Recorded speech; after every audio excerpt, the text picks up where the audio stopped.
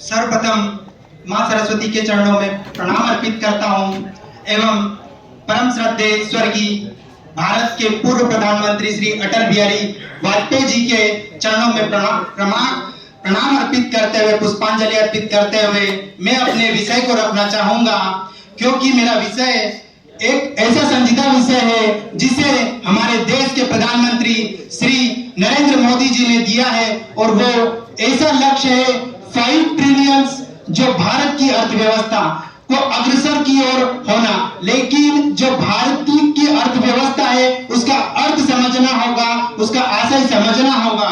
साथियों, मैं आपको बताना चाहूंगा, अर्थव्यवस्था उत्पादन, वितरण एवं की एक सामाजिक व्यवस्था है।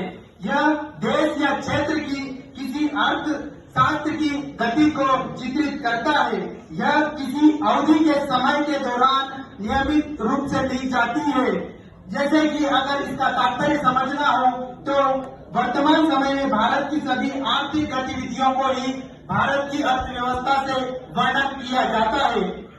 जो लक्ष्य हमें माननीय मोदी जी ने नीति आयोग की बैठक में दिया था, वो यह लक्ष्य एक आसान लक्ष्य नहीं है, क्योंकि वो हम हिंदुस्तानी नहीं जो आसान लक्ष्यों को प्राप्त करें, हम वो हिंदुस्तानी है जो मजबूत लक्ष्यों को और कठिन जटिल लक्ष्यों पर अपनी पकड़ को मजबूत बनाए।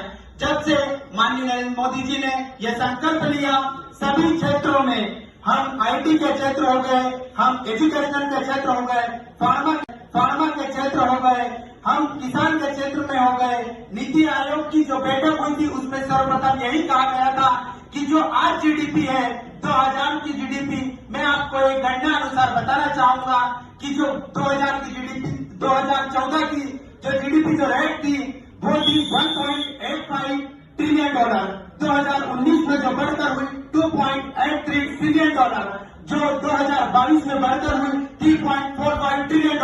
यानी कि हम मान सकते हैं कि एक कोरोना जैसी महापैंडेमिक में भी हम नहीं घबराए, हम विचलित नहीं हुए, हम अर्थव्यवस्था की ओर बढ़ते रहे और बहुत सशक्तता से बढ़ते रहे, और हम आगे भी बढ़ते रहेंगे। और मोदी जी के साथ कंधे से कंधा मिलाकर, हाथ से हाथ मिलाकर सदैव चलते रहेंगे, और भारत को बहुत जल्द 5 ट्रिलियन जो अर्थव्यवस्था इसकी ओर बढ़ते रहेंगे।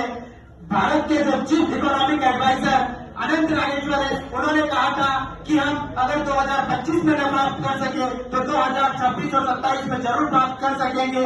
और इसी के साथ मैं सभी साथियों से अनुरोध करूंगा कि वे अर्थव्यवस्था को मजबूत बनाए। इसी के साथ मां भारती, मां सरस्वती के चरणों में अपना प्रणाम अर्पित करते हुए मैं अपनी वाणी को विराम देता हूं। धन्यवाद।